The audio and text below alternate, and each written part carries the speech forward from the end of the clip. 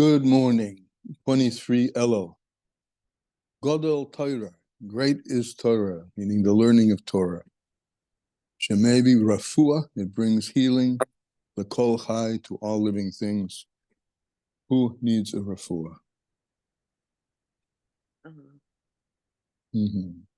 Let's see. Baruch Ben Yamin, Ben Rachel Blima, Yehudis Golda Basilis Hana, Chaim Yaakov Zev Ben Sarah, Yosef Yitzhak Ben Lior, Shoshana Bas Hana, Gary Roberts, son of George, Ron Avraham Ben Haya Zlata.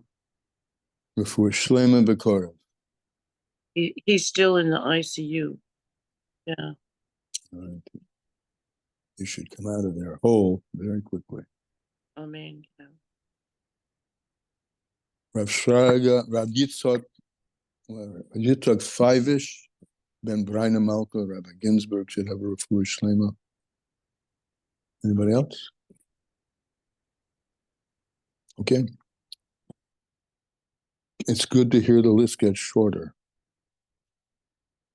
Hayom Yom. 23 Elul. A story. When Rab Moshe, who was the son of the Alter Rebbe, was between 8 and 11 years old, he was studying a passage in the Gemara Gittin, which lauded the virtues of the sages. There, Rabbi Shimon Bar Yochai said, "Learn my midos, my character traits." Reb Moshe was in doubt about the meaning of the last word, since there is Rashi's interpretation, my teachings. In other words, he said, learn my midos, which is normally translated character traits, but Rashi translates it teachings, right? Whereas he translates the teaching, and the simple meaning is traits of character. So how do these two meanings go together? At that moment, the Alter Rebbe came in and said, in the chant he habitually used, his nigun, and saying, as we see people speak especially the Rebbeim, in nigunim, as they talk, a certain lilt in the voice. So he says, I've never heard it, so I'm not going to try to imitate it. The Torah, the Alter Rebbe said, the Torah given us is all fine character traits. Torah is itself, remember, the Torah is given us in midah, in measure, right? 613 measured out ingredients, so to speak, for how to develop one's human potential. That's the root of midah. Midah means to measure. And we attribute meaning to it. Midos. I have 7 midos, 7 character traits. I'm kind, I'm powerful, etc., etc. And he says, and what's the connection then with Torah? Because the Torah is the imprint of man, the human being. Its 613 mitzvahs are reflected in the 613 powers that are in a human being. And there's a pasuk also, Zet Torah's Odom. This is the Torah, and it's interpreted to be, this Torah is given in the shape, in the scheme of the 613 character traits of a person. So we see there's an interplay between measured, midah, character traits, and Torah. So he says, even the punishments in the Torah are in truth acts of kindness and goodness. We've spoken about this many times, that they're for the sake of bringing out a light which is hidden in the darkness, which we won't get into at this time, but can get into other times. The two interpretations are therefore one and interdependent. Midos meaning character traits, and midos meaning Torah. And he sums it up by saying, the Alter Rebbe sums it up by saying, there can be no fine character traits without Torah, and there can be no Torah without fine character. One who says, I have Torah, but doesn't have good deeds, this is a saying of Chazal, one who has Torah but doesn't have good deeds, goodness is an attribute, a midah, goodness, kindness. One who has Torah without good deeds, it says, even Torah he doesn't have. Because Torah is not a philosophy or primarily a wisdom. It's a way of being. Interestingly, this ends exactly the same incident happened to the Tzemach Tzedek when he was between 8 and 11 years of age, which was the same years as Reb Moshe, the son of the Alter Rebbe. And he asked the same question 2 generations later. Okay, so let's see what we got in store for us today. More on the attribute of Chesed Chinam, the ability to go beyond one's measure in kindness. And today, we're going to revert to a Kabbalistic, esoteric way of speaking. As we said a few times, just to remind that these letters are in one of 3 categories. They're pastoral letters, where he speaks with deep emotion to his followers. They're instructive letters in avoida, how to serve, and they are also Kabbalistic, meaning bringing out the meaning of deeper Kabbalistic concepts. So today we're going to talk about Ava B'Tainugim, the level of love called love of delights. And this starts on page 316, excuse me, in Lessons in Tanya. Today is Thursday in Chayenu. And in Likutei Moharan, this is a new letter, letter 18. 18 is, of course, Chai, life. Okay. So he introduces this notion of speaking, the topic, which is Ava B'Tainugim, love of delights. And just a short preface. We've learned in the first part of Tanya, there are 2 kinds of love, and correspondingly, there are 2 kinds or levels of fear, but we're primarily going to focus on love because we're talking about tzedakah, chesed, right? Love. Chesed is the manifestation of the midah of love. The trait of love is to be kind. Okay, so in brief, this love, which is called here Ava B'Tainugim, love of delights, another expression for this love from Kabbalah is Ava Rabba, the great light, versus Ava Zutra, the small, the great love, Ava Rabba, versus the small love. The former, which is what we're talking about today, is the love that comes from, well, now we'll let the Alter Rebbe talk about it and tell us what that's about. The great love. The Ava Rabba, the love of delights. It's based on a pasuk in Shir HaShirim. Shir HaShirim, the Song of Songs, is primarily a love song to Hashem. And this pasuk begins, Ma yofis u'ma nemas. How beautiful and how pleasant is the Ava B'Tainugim, is the love of delights. In other words, the love of delights that I have and the delight that I have in you, Hashem. Bihine beis mini avos ein. There are 2 kinds of love, which I mentioned. There's the big love, or the Ava B'Tainugim, and the Ava Rabba, the big love, the small love. The small love, I guess it's just in contrast, we need to say the small love is a love that's coming from a feeling of I'm disconnected and I really want to be connected with you, my God. It's a yearning, and it's connected with fire. The yearning, passion to connect with you. That's the small love.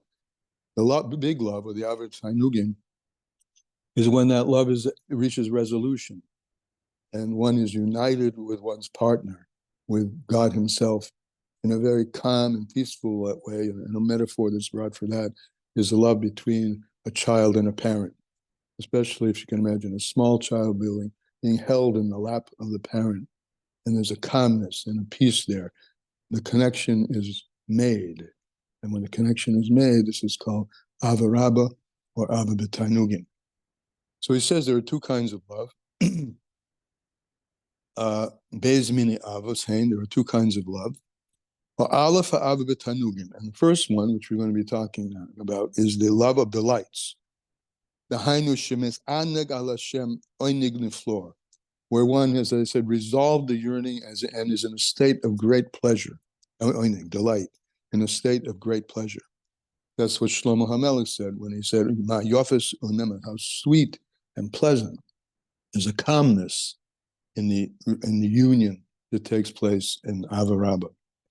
Shemis anagal Hashem, one has delight in Hashem, an oinig nefloa, a wondrous pleasure, besimcha rabba v'atzuma, with a great and strong joy, which is a simchas nefesh. It's the simcha, it's the joy of the soul, the kalalusa b'taima, and its expiration as it tastes sweetness, right? How sweet is this love? This taste, which is kitoiv Hashem, one has the taste of the goodness of Hashem, v'noim ne'imis of revos, and the sweetness of sweet delights. Ad hafli ma'en olam haba, to be in a state of wondrous, which is a wondrousness, which is something like olam haba, to be in the world to come, mamish. Shenenin boy, which we say about in the world to come, shenenin meziva shechina, that we have pleasure from the ray of the supernal shechina, from God's malchus. We're united with him. And on this love, it's written, simchu tzadikim b'Hashem. This is the joy that the tzaddik has with Hashem, not the struggling to come close, but having arrived and being close. And remember, we quoted yesterday a quote from Isaiah, the Amar Kulam Tzadikim. We all have this point of tzaddik within us, this point of aspiration and potential realization of this Ava B'Tainugim, this love of delights. However, he says, not every person can merit to this. This is the level of priesthood. Now we have that within us. We are all called, also the Chumash calls us, we are all kahanim. We're all priests in the service of Hashem. But now we're looking at priest as a level, right? If you look in the temple, there were the normal average person, the Yisraelim, who came and brought their sacrifices. And in the temple, that's one level. And then the Ameh Ha'oretz, the people of the earth from the field, who brought their plant offerings and their animal offerings to the temple. And then in the temple itself, there were two divisions, the Leviim and the Kahanim. The Kahanim, of course, being the higher level. The Kahanim, and particularly the Kohen Gadol, as we'll see soon on Yom Kippur, that Kohen Gadol steps into a room of complete unity with Hashem in the Kodesh Kodashim. So you have Kodesh, you have holy, we are Am Kodesh, and then Kodesh Kodashim, holy of holies. So the kahuna is the higher level, right? So he says, not everybody can merit to this level, which is called kahuna, bira'usta deliba, with the realization of the innermost will of one's heart, that's what's called the level of kahuna, that level of resolution of the distance and the complete union. It's called that in the Zohar HaKodesh, in the Holy Zohar. And on this it says, it's a pasuk in Bamidbar, avoidis matana. This kahuna is a gift. It's called a gift. In other words, a person goes so far, and we've spoken about this at length in the Geras HaTshuva, previous section of the Tanya, where a person comes close to God, and if he comes close and with such sincerity and depth of heart, he's given a gift from above of a closeness that's beyond his capability to achieve, but it's a result or prerequisite for the achievement or the giving of the gift. So this level of kahuna, this level of Ava Rabbah, is avoidis matana. It's a service that will be sent to you as a gift. Behazah korev, and the pasuk says the stranger will come close. That's the idea of being estranged and then coming close and reaching this level of Ava B'Tainugim. K'in derech lahasiga, this level, it's not possible to grasp it al yedei yagiyas basar, just by doing. Tameh hayira, which just like fear. we have a corresponding level to the Ava Rabba is the higher level of fear, which is called Yiras Boishes. It's a fear. That's another name for it. The fear that comes with completely dissolving your ego, completely given over to Hashem. This is a high level of fear. Upon which it's asked, your gaita b'yira, did he reach this level of fear?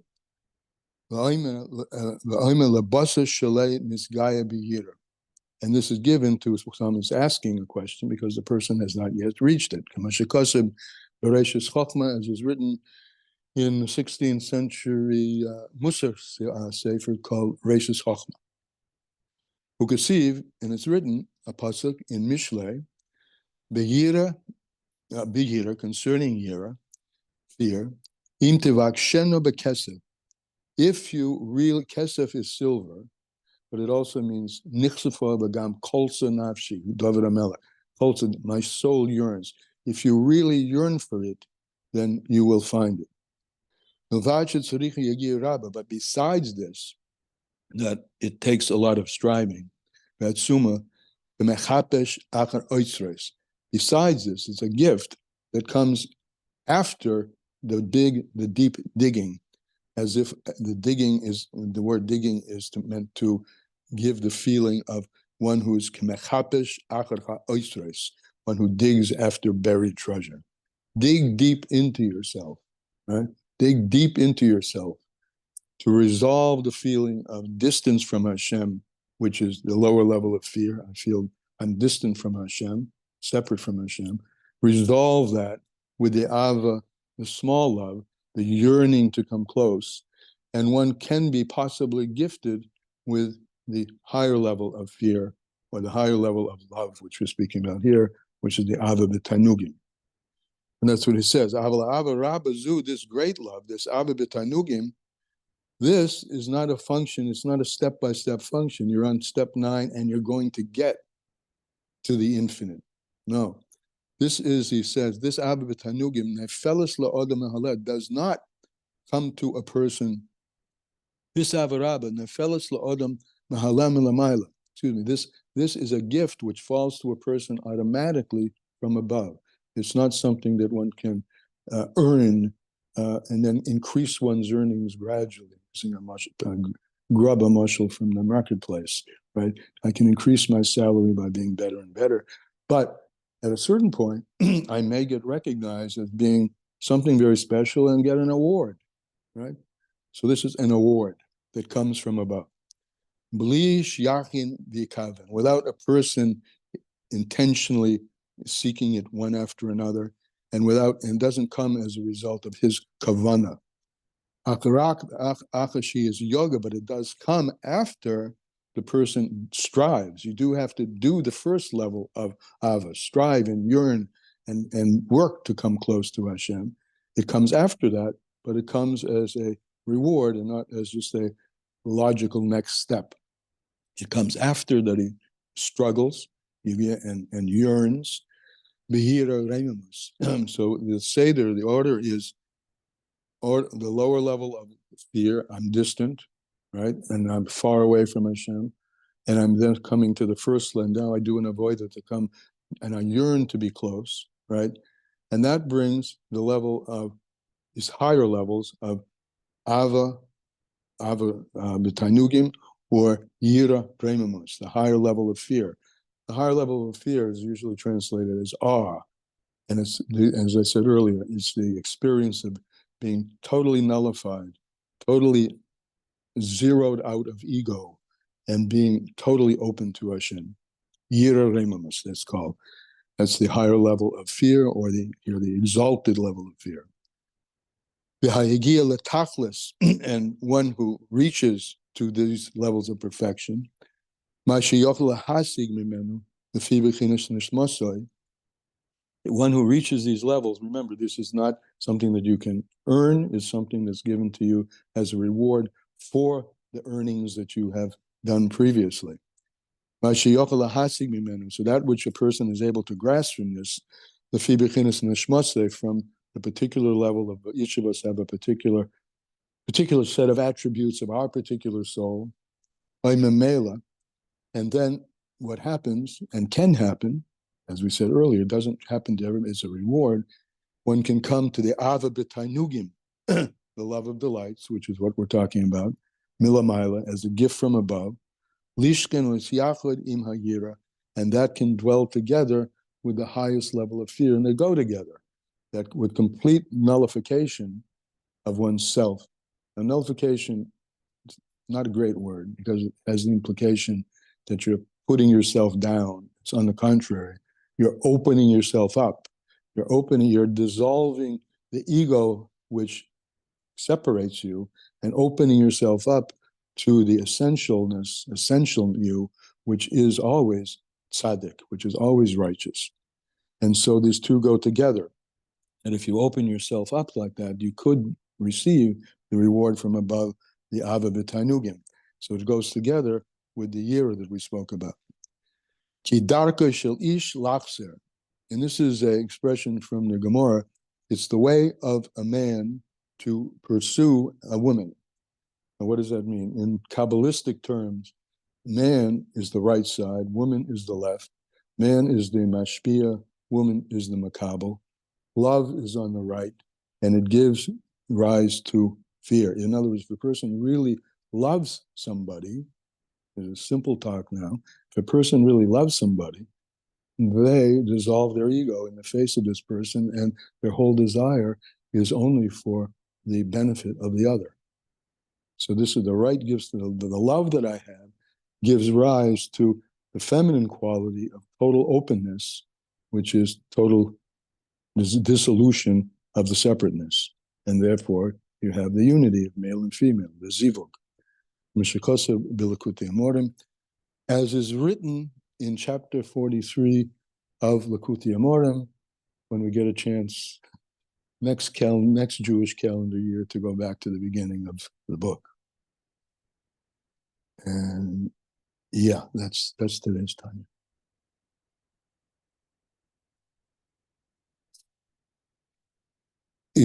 Where he's going with this is going to be going back to tzedakah, the total giving away of oneself, chesed chinam, beyond one's limits. But he's giving us the spiritual, Kabbalistic roots of it. Elisheva, I think you're off mic. Yeah. Thank you. What is the work to come to Yira? Like, what does it mean to dig and come to Yira? Like digging for buried treasure. That's his mashal. Well, you'll know it when you find it, right? Because when you dig for gold, you have to push away a lot of dirt. But what does it mean practically? What does digging mean? We're not actually taking a shovel and going to the earth and yeah. Yeah. It's a metaphor, right? It means pushing away those things which are interfering with your connection with Hashem. And what are those things? Those things are, let's talk first in the language of Kabbalah and Chassidus. Those things are all those things which are in the realm of Klippa. Now that is a metaphor, but you could ask the same question. How do you take away the shell? How do you break through the shell? And the answer to that is Ed Torah and mitzvahs. Torah and mitzvahs equip the Torah equips, and I'm talking about really learning Torah, right, and internalizing it, equips a person with a drill, a power to face every situation in life with making the choice for Kedusha or the opposite, but on the side of Kedusha. Every time you make a decision about how you're going to behave, how you're going to overcome a feeling of disconnect and depression with, God forbid, with some simcha, and you make that happen, that's digging for buried treasure. Those are just examples. I don't know if that helps you. And then the Yira comes? Then the Yira comes, right. The Yira, the higher level comes, because you've now dissolved all interferences, right? So you are now in a state of awe. You're not in a state of Yira, of separation and wanting to come to connection.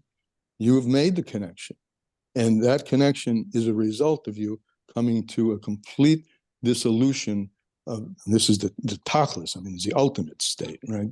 Not everybody reaches this ultimate state. The complete dissolution of anything which separates from you and your Father in heaven. That's called yira, that's called awe.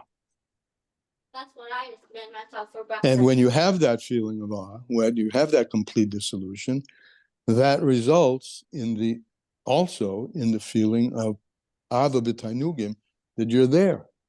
You're connected with your, I mean, this is the mashal, like a child in the lap of the father. You're there. And it's not a you anymore. It's the experience of yourness with hisness. Does that make sense? Yourness with hisness. There's no two things anymore. Togetherness. Togetherness in a state of real union. Zivug. In the ultimate sense. Complete union. No distance between you and him. Complete melting. Oh, well, I want to show you something. What's just happened? There's something here. Oy. It's this, my wife had this on the table, and I've been really compelled to keep looking at this. I don't know if you're going to get a view of this. This is a sculpture. Oh, wow. You see the sculpture? Yeah. This is a sculpture from, it says Camille Claudel, 1864 to 1943. It's in the Rodin Museum in Paris. Wow. And it's man and woman completely coming from one connection. Wow, that is gorgeous. Isn't it? Wow. Yeah, I've been looking at it every morning. Lately, I don't know where she found this. It's on the table. It blows my mind every morning. Yeah. That's an expression of, Wow. yeah. They're one and they're they're together two. and they're right. They're two and they're one. Yeah. Put it up on someone. All right. Thank you for opening up that channel. Rose, go ahead. I hope that this could help. So the word, when we're talking yira translates as fear, but the root of the word yira, yud resh aleph hey, is ra'ah, to see. Good. To see Hashem. Absolutely good. So we have many, like, we have to seek it. We have to, that's why you start, that's why we're, this group is starting our day learning Tanya. We have to seek it. There are many opportunities to see Hashem, and they just pass by most people. For example, in Tannessville, you have Catskill Falls. So I go there. It's absolutely gorgeous. And that particular day, there were many very frum people along with me who came. It was, I don't know, it was August. It was a vacation time. People come there. They don't even look. I'm telling you, they don't look. They look for a second. They pose for a picture and they start walking back. I was like, this is, I really even said it to a frum lady standing next to me. I said, there's Elokus here. If you stop and you look at it and you really just, quietly look at it, you will feel Hashem's presence. Why are you just rushing? How did she react to that? She said, sometimes I feel Hashem's presence when I daven in the morning, but she didn't stop at that point. Okay. I'm just, with everything, like you hear good news, you could just say, oh, nice news. Or you could think Hashem made that, should have happened. Hashem made that baby be born. Like, yes, you could. And you have, and that's Yira. Yira, it's a weird, it's like all of Hashem looking for Elokus everywhere. It's closing the distance, erasing the distance that exists that superficially. There's the waterfall and there's me. There's the birth and the mother. And erasing the distance and coming to a sense of how it's all ein od milvado. Yeah. Anybody else? Thank you. Okay, so we have our marching orders for today, right? Live with ein od milvado. See if you can live with Yira Eloah and Ava Rabba, etc., etc. We'll go on with this tomorrow. Emir Hashem. We'll see you then. Bye-bye. Thank you.